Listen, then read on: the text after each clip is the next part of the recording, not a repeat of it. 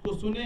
और जिस मैं आप लोगों के लिए दिल से ताली बजा रहा हूं कि मैंने एक बात इन लोगों को बोली थी कि आप लोग धन के लिए कविता पढ़ते हैं, लेकिन आज मेरे साथ चल के आप मन के लिए कविता पढ़ें और आपने अपना मन दिया है, मैं आपका शुक्रगुजार हूं। और डूंगरराम भैया आपका भी बहुत शुक्रगुजार हूं। आइए बेटा।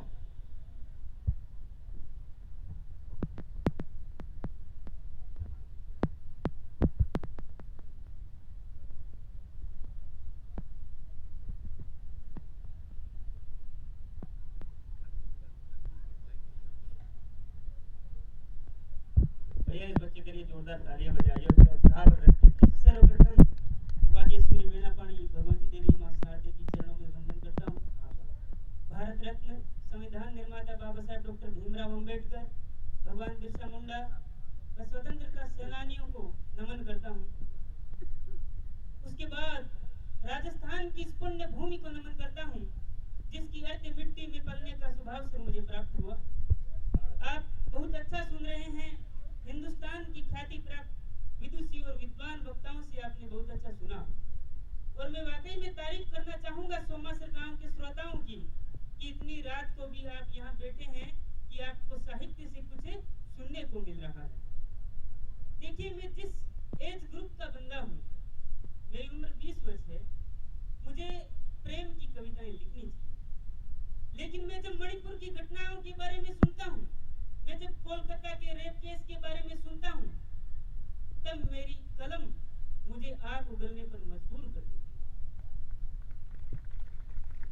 मैं मां शारदे की चरणों में और मुझे जन्म देने वाली मेरी मां की चरणों में 4 पंक्तियों को समर्पित करता हूँ और उसके बाद आप सबकी पसंदीदा कविता जिसकी गूंज निम्स विश्वविद्यालय जयपुर से लेकर दिल्ली के गलियारों तक पहुंची, आपके बीच पेश करूंगा।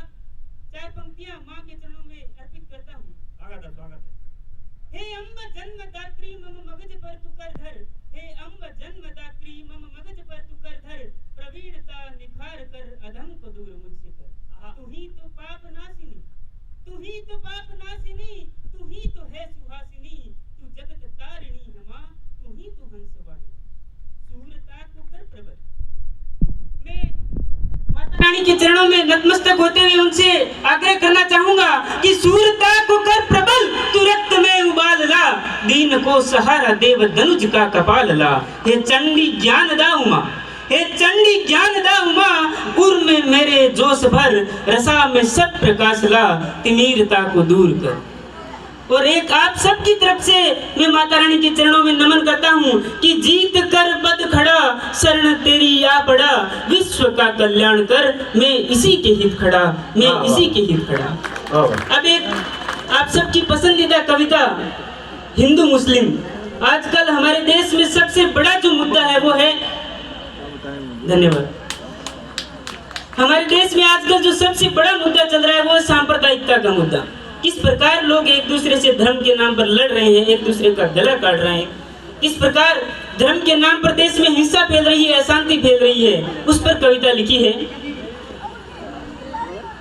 कि आज पुष्पे हिंद का परचम नीचे आ रहा है, आज पुष्पे हिंद का परचम नीचे आ रहा है, नफरत की इस आग में ये उपवन जलता जा रहा है, नफरत की इस आग में ये उपवन जलता जा रहा है।